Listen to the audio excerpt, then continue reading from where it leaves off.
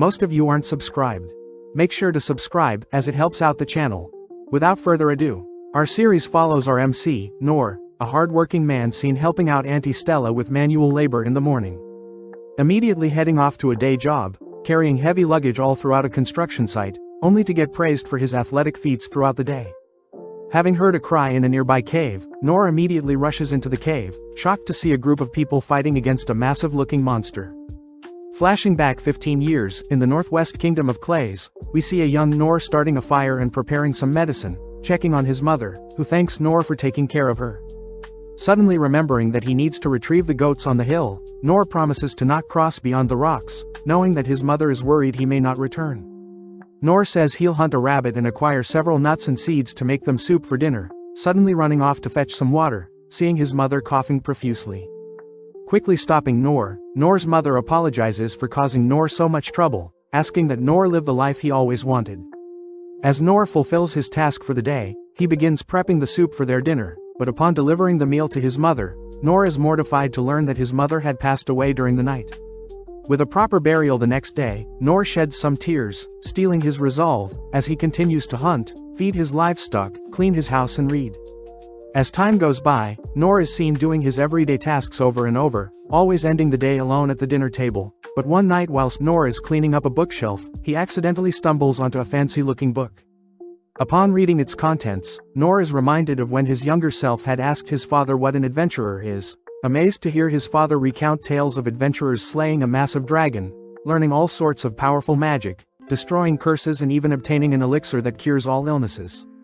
Hearing that an adventurer is someone that vanquishes all evil, Noor is reminded of his mother's final words, asking Noor to live the life he always wanted. Figuring out what he must do, Noor gives livestock plenty of food for a while, visiting his parents' graves, and declaring that he had decided to become an adventurer. Leaving his hometown for the first time, Noor decides to cross over the rocks his mother warned him against doing, unable to sleep out of fear on his first night, but successfully makes it to a new town. Passing by the town guards, Noor is instantly blown away by the thriving city, excited by what is to come. Arriving at the Adventurers Guild, Noor is unfortunately told to go away by a mean-looking guildmaster, reminding Noor that his parents probably don't want their child enrolling into something so dangerous. With a serious demeanor, Noor reveals that his parents have passed away, catching the attention of the guildmaster who feels sorry for Noor. The guildmaster states that in order for Noor to register as an adventurer with the Royal Capital's Adventurer Guild, Noor must first attend Royal Training School where Noor will acquire a class in various skills. Fired up to wield a sword and learn magic, Noor immediately enrolls into school watching as a fellow classmate's sword suddenly ignites with fire. Focused on the future, Noor continues to train for several months. Noor is the sole student that hasn't acquired a special class, pulled aside to have a quick chat with his instructor. The instructor reveals that Noor has only learned how to parry attacks, advised to give up on becoming an adventurer since Noor has no aptitude for adventuring. Having not given up, Noor trains to become a warrior, someone that acts as a shield for their party, but even after several months of training, his instructor sadly advises Noor to give up trying to be a warrior. When trying out for a hunter, Noor is scolded for being too rough with a bow. When training for a spy, Noor learns that he is incapable of dismantling traps and can't sense anyone's presence. Moving on to a magician, Noor's instructor is shocked to see how weak Noor's magic capabilities are, even turned away by his cleric instructor, having no aptitude for light magic.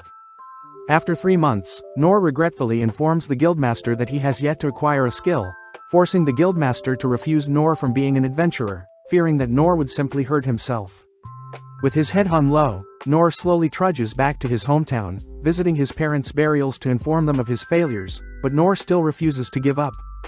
Crafting a wooden sword, Noor remembers that his sword instructor had told him to repeatedly practice a skill until he masters it, forced to repeat his parry skill day and night.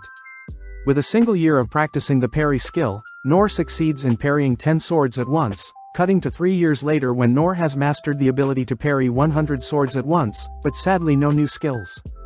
Knowing that he'll never become an adventurer at the rate he's growing, Noor continues to drill the parry skill, cutting to 10 years later where a single swing of Noor's blade is capable of sending shockwaves throughout the nearby forest, revealing that Noor has the ability to parry 1,000 swords at once. With no new skills under his belt, Noor bids his parents goodbye, heading back to the Adventurers Guild to try once more, revealing to the receptionist that he has the ability to parry, the ability to enhance his body along with several other weak skills. When the receptionist advises Noor to undergo training to find a class, Noor sadly admits that he has already tried all the possible training schools out there, suddenly running into the guild master. Amazed to see that Noor has grown so much, reminding Noor that adventurers range from S rank all the way to E rank and that Noor still technically can become an adventurer. Excited, Noor learns of the F rank adventures, people that are forbidden from taking on quests that involve slaying and gathering and are only allowed to take on tasks within the city. The guildmaster advises Noor against stooping so low, but having made up his mind, Noor gladly accepts the title of F rank, if it means that he can be an adventurer. Physically enhancing his body, Noor gets to work, making use of feather steps to catch a stray cat and low-tier healing to patch up any wounds.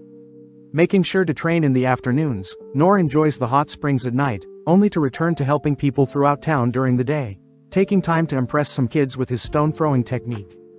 At night, Noor states how grateful he is to be able to help people, wondering if there is any way he can obtain a higher rank.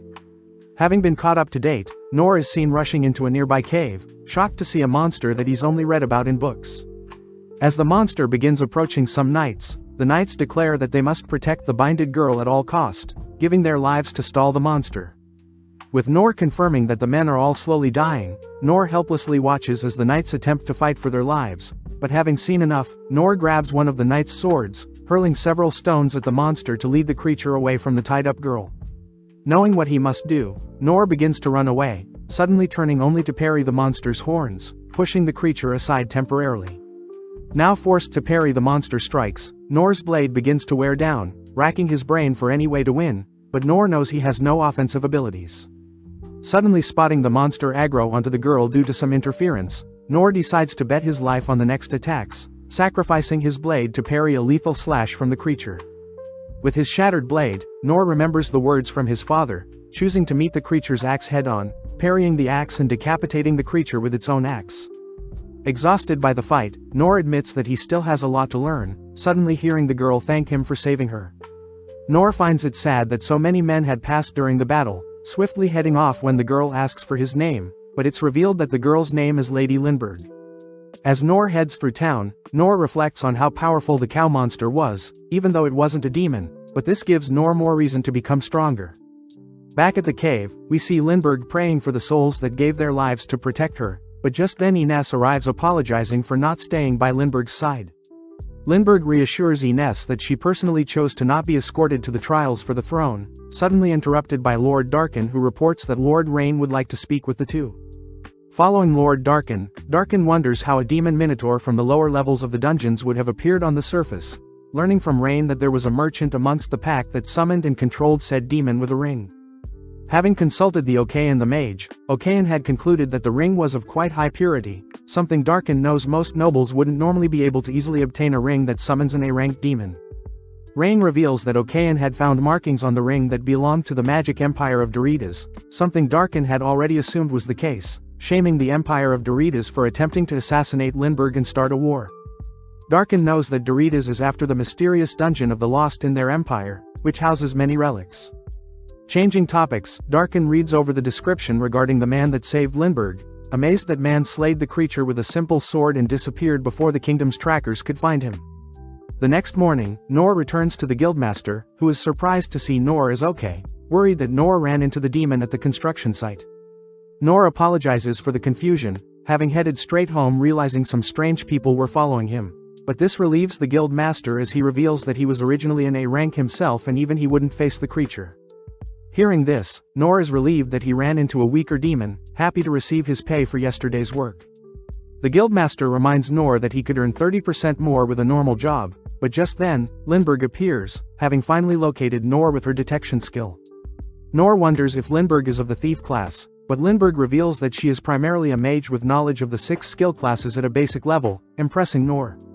With everyone but Noor recognizing Lindbergh, they all begin wondering if Noor was the man that slayed the A-ranked demon, prompting Lindbergh to suggest they move somewhere else private. Advised by the guildmaster to follow Lindbergh, Noor and Lindbergh begin heading through town with Lindbergh's soundproofing and concealment magic, easily evading the city's guards only to stop in a secluded area. Apologizing for dragging Noor away, Lindbergh sincerely thanks Noor for saving her, asking if Noor would like anything in return, but Noor simply says her thanks was enough. Shocked, Lindbergh asks that Noor meet with her father and be rewarded for saving her life, But when Noor says he really doesn't need anything extraordinary, Lindbergh begins to cry. Lindbergh states that she refuses to move until Noor meets her father, something that reminds Noor of his younger self, ultimately agreeing to accompany Lindbergh as long as she doesn't make it a big deal. Excited, Lindbergh layers several skills to avoid detection, heading towards her mansion, which surprises Noor. Easily making it past the guards, the two introduce themselves, with Noor promising to call Lindbergh Clays, Lin moving forward. Walking through the spacious halls, Noor wonders what type of noble Lin is to afford such a location, suddenly running into Ines, who tells Lin that her father is having a meeting with Rain. Amazed to see a woman in armor, Noor wonders if Ines is a maid, but suddenly spots Ines glaring at him.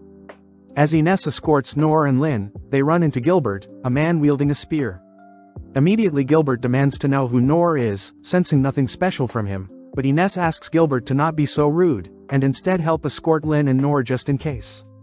Cutting to the king, he gets annoyed learning that VIDZ was behind the attack on the princess, reminded of the time when VIDZ attempted to trade access to the king's dungeon in exchange of their military power.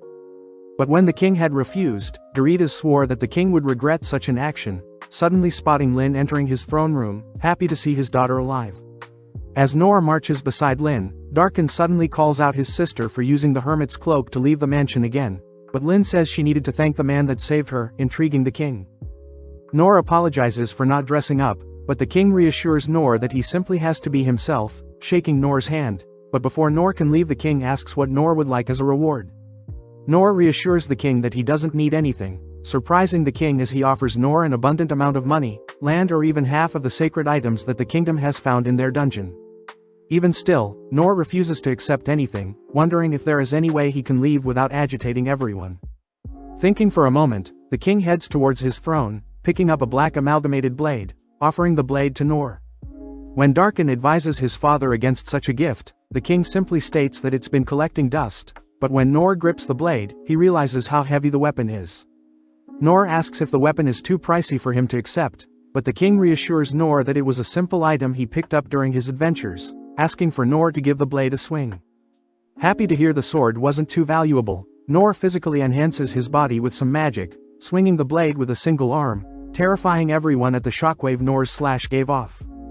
Amused to see Noor handle such a heavy blade with a single arm, the king asks that Noor help train Lin, but Noor sadly refuses, revealing that he doesn't have much to teach Lin.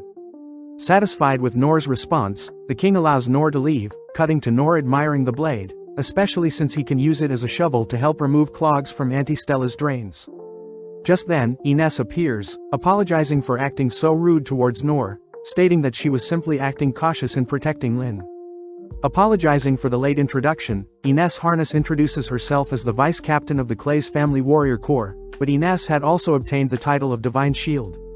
Ines mentions that since Noor saved Lin, Ines will do whatever she can to repay Noor's heroic feat, but seeing as he doesn't need anything at the moment, Noor says he'll tell Ines if he ever needs anything. Ines also takes the chance to warn Noor to never act casual with the king or the Clays family again, demanding that Noor learn the proper etiquette the next time he shows his face.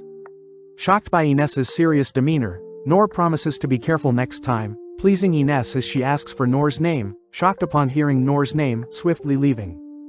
Finally alone, Noor attempts to leave once more, but is stopped by Gilbert, who demands to test out Noor's capabilities.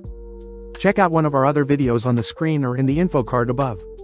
Subscribe, like and comment.